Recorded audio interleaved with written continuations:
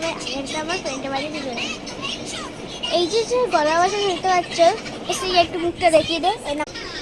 এটা হচ্ছে লান্টির মেয়ে। আর আমার আমার আমার বোন হয় ফেব্রুয়ারিতে হয়েছে, ফেব্রুয়ারি 4 তারিখ, আর আমি হয়েছি জানুয়ারি 4 তারিখে। সেটাই আমি এখন ব্লগ করছি। সেই ব্লগের জন্য বোন এইটা বানিয়েছে, বারবির ঘর। সেই বারবির ঘর এখন আঁকাঝালো করে রেখেছে। আমি এখন ঠিক করবো, তো দেখাই।